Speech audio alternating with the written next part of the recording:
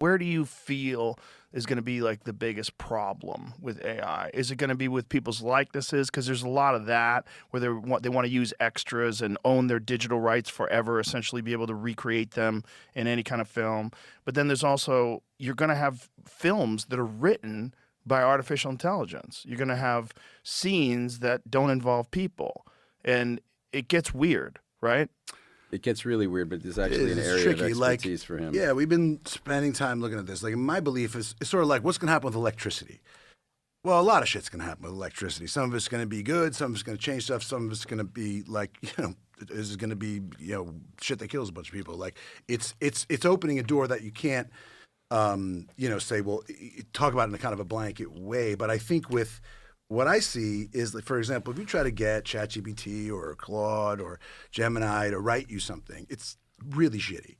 And it's shitty because by its nature, it goes to the mean, to the average. And it's not reliable. And I just can't even stand to see what it writes. Now, it's a useful tool if you're a writer and you're going, what's the thing? I'm trying to set something up, or somebody sends someone a letter, but it's delayed 2 days and it can give you some examples of that. I actually don't think it's very likely that it's going to be able to write anything meaningful, and in particular, that it's going to be making movies like from whole cloth, like Tilly Norwood. Like, that's bullshit. I don't think that's going to happen. I think it's not. I think it turns out the technology is not progressing in exactly the same way they sort of presented it. And really, what it is going to be a tool.